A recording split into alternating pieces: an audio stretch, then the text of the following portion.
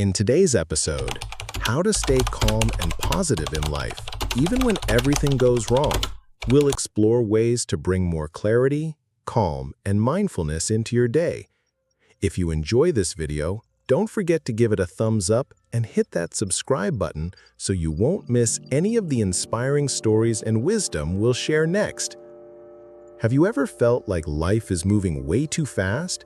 Like every day is a blur of responsibilities, noise, and pressure, leaving you drained before the day even ends? You're not alone. In today's world, stress feels almost unavoidable. But here's something powerful to remember.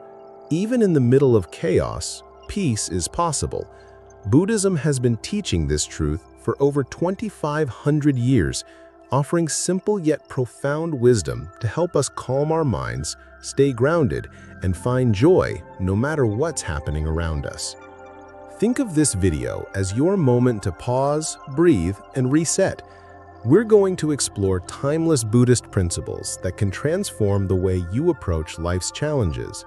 These aren't abstract ideas locked away in temples. They're practical tools anyone can use, whether you're a busy parent juggling work and family, someone facing uncertainty, or simply someone searching for a little more peace. Imagine waking up each morning with a sense of calm instead of anxiety, meeting life's ups and downs with clarity instead of chaos. That's what this journey is about. If you've ever wished for a guide to help you stay positive, this is it. So grab a cup of tea, take a deep breath, and let's dive into the wisdom of Buddhism, because a calmer, brighter version of your life starts right here. Have you ever noticed how quickly your thoughts can spiral? One moment, you're enjoying your morning coffee, and the next, your mind is replaying yesterday's mistakes or worrying about what might happen tomorrow. It's like your thoughts are running the show, and most of the time, they're dragging you somewhere you don't want to go. Buddhism teaches something powerful here. Your mind shapes your entire reality, and the key to staying positive isn't to ignore your thoughts, but to notice them, gently, through mindfulness. Mindfulness is like training a muscle. It's the simple practice of being fully present, of observing your thoughts and emotions without judgment. Picture this. Instead of eating lunch while scrolling your phone, you slow down, take a bite, and actually taste your food, the flavors, the warmth, the nourishment. Suddenly, a simple meal becomes a moment of gratitude. Or think about watching a sunset. When you stop and really see it, not rushing to snap a photo or check your notifications, you're giving yourself the gift of peace.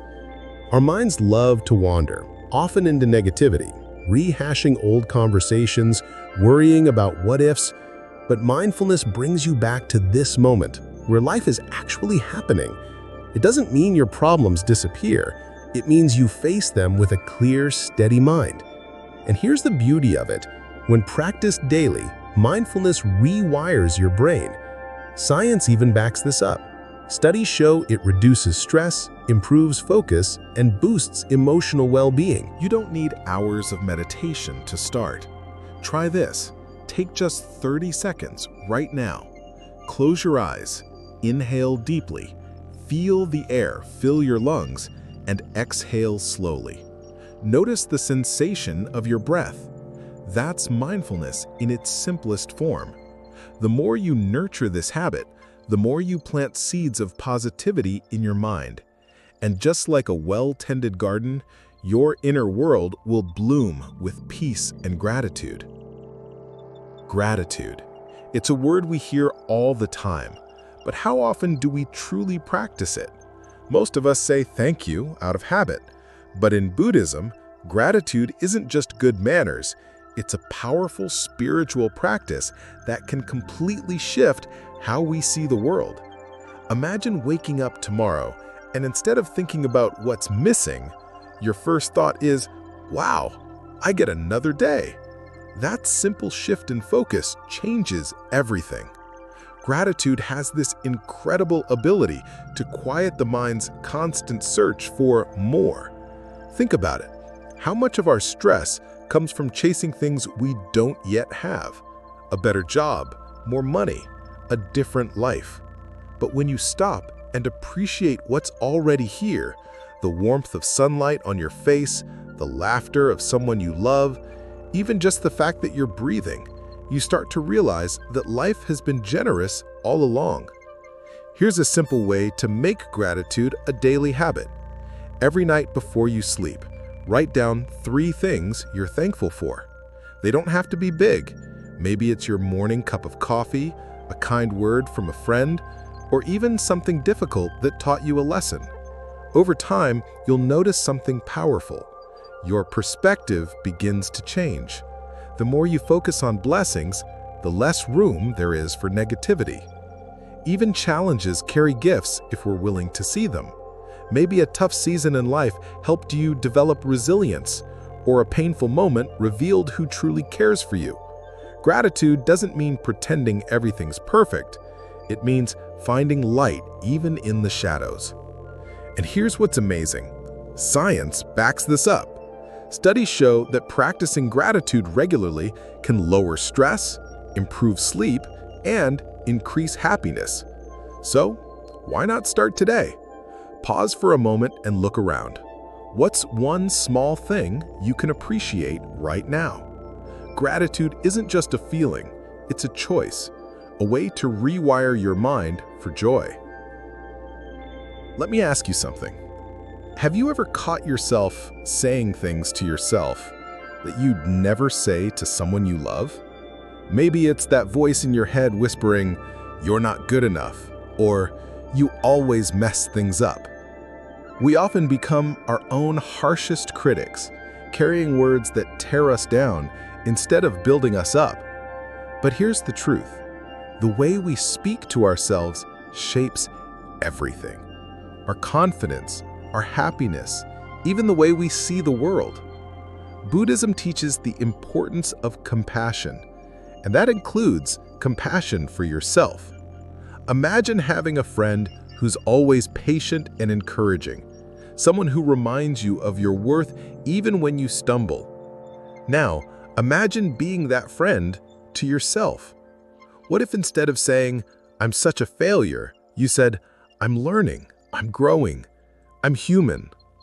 That simple shift is powerful. It's called self-compassion. One practical way to rewire that inner voice is through affirmations. It might feel strange at first, but repeating phrases like, "I am capable," "I am worthy of love," or "I am strong," actually starts to change your brain over time. Science shows us that self-talk influences our emotions and behaviors, and choosing words of kindness creates a foundation of confidence and resilience. Meditation is another beautiful tool to quiet self-criticism. When you sit in silence, breathe deeply, and just observe your thoughts, you create a little space between yourself and that judgmental voice. In that space, you can choose compassion over criticism. This isn't about ignoring your flaws or pretending everything is perfect. It's about approaching growth with gentleness instead of punishment. The truth is, you're going to spend every single day of your life with yourself, so why not make that relationship loving? Start noticing the words you say to yourself. Ask, would I say this to a close friend? If not, it's time to change the narrative. When you treat yourself with kindness, you don't just heal your own heart, you build the strength to face life's challenges with grace. And that's where real confidence is born. Let me ask you this. When was the last time you truly appreciated your body? Not for how it looks, but for everything it does for you every single day. Your body carries you through life. It lets you hug your loved ones, chase after dreams, and experience this incredible world.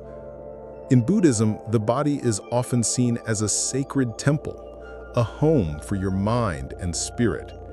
And just like a temple, it needs care, respect, and love. We often separate mind and body, but the truth is they're deeply connected. A restless mind can make your body tense, and a tired body can cloud your thoughts. Taking care of your body isn't just about physical health, it's an essential part of spiritual growth. When your body feels nourished and balanced, your mind becomes clearer, calmer, and more resilient. So how do we honor this temple we live in? Start with mindful eating. Instead of rushing through meals or eating whatever's closest, pause and really taste your food.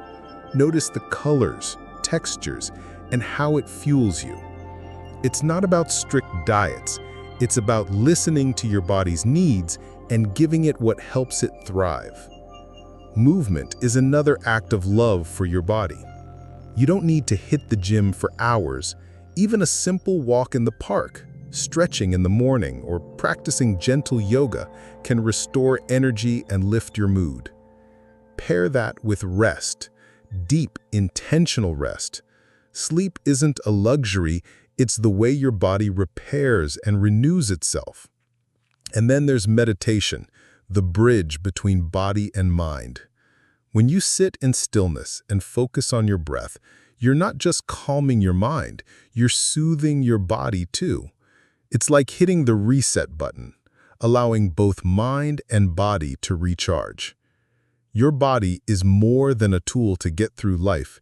It's a sacred space where your spirit lives. The more you treat it with care, the more it supports you on your journey toward peace and happiness. So maybe today, take a moment to thank your body. Give it nourishing food, gentle movement, deep rest. In caring for this temple, you're honoring the gift of life itself. Have you ever noticed how life is always shifting, even in ways we don't expect? Seasons change, relationships evolve, and even we ourselves are not the same person we were 5 years ago. This truth that everything is impermanent can feel unsettling at first, but when you embrace it, impermanence becomes a source of freedom. Change isn't something to fear, it's the very thing that helps us grow. Trying something new is one of the most powerful ways to honor this truth.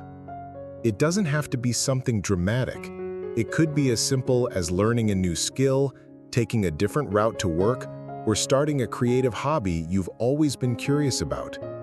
These small acts break the limits we unconsciously place on ourselves.